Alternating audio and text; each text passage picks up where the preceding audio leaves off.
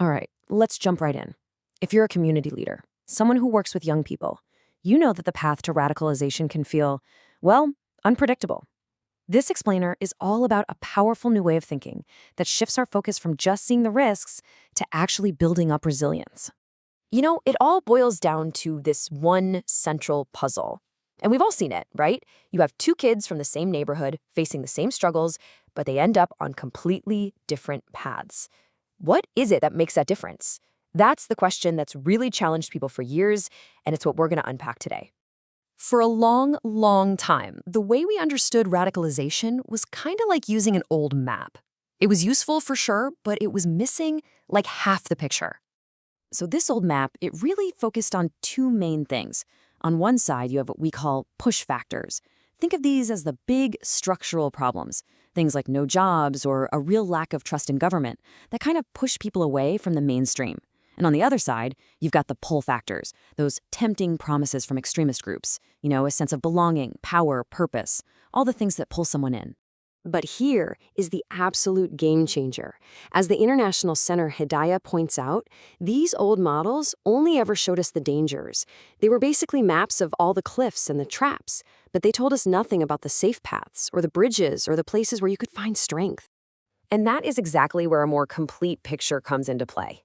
Think of this as the new map, a much more holistic framework that doesn't just chart the dangers, but also shines a big, bright light on all the positive, protective stuff that's already there in our communities and in people themselves.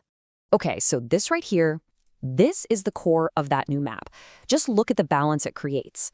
This framework from Hidayah, it doesn't just throw out the old push and pull factors. No, it counters them with positive forces. It adds two totally essential new pieces to the puzzle: community resilience and individual strengths. So let's break this down, starting at the big picture community level. So yes, of course there are negative push factors like a lack of jobs, and yeah, extremist groups offer some pretty appealing ideas. But, and this is a big but, those are weighed against what the framework calls community resilience mechanisms.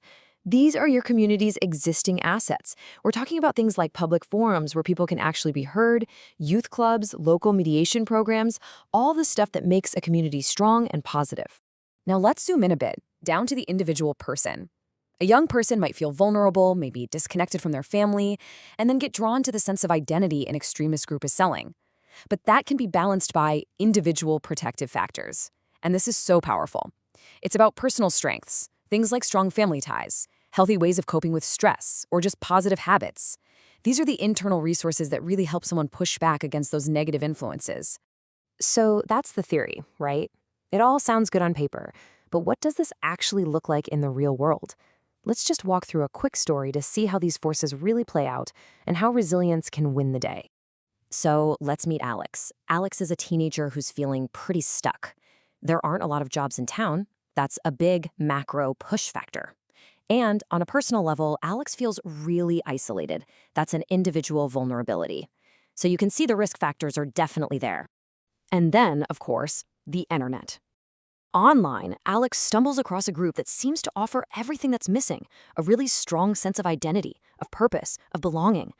This is a classic individual incentive, a really powerful pull that preys directly on that feeling of being alone.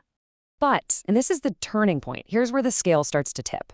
A mentor, just someone in the community, invites Alex to a local youth forum. This forum, it's a perfect example of a community resilience mechanism. It's a positive resource that's already there. And here's the magic.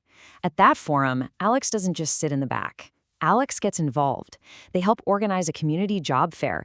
And in doing that, Alex is building new skills and, maybe most importantly, developing a pro-social habit. This experience is actively building an individual protective factor. Alex is literally getting stronger from the inside out. So what's the bottom line here? Alex found that sense of purpose and identity, but not by joining some destructive group. Instead, Alex found it by becoming a force for good in their own community. The positive factors just plain outweighed the negative ones. And this all brings us to what might be the single most important takeaway from this whole framework. It's a fundamental change in how we need to think about prevention. See, prevention isn't just about playing defense anymore, just trying to spot and stop the bad stuff. It's about going on offense. It's about actively looking for the strengths that are already in your community and in the people you work with, and then figuring out how do we turn up the volume on those. So I'll leave you with this question to think about. Look around your own community, your neighborhood, your organization. What are the hidden strengths, the mentors, the community centers, the local traditions? And what's just one thing you can do, maybe even this week, to amplify one of those strengths and help tip that scale for good, decisively toward resilience?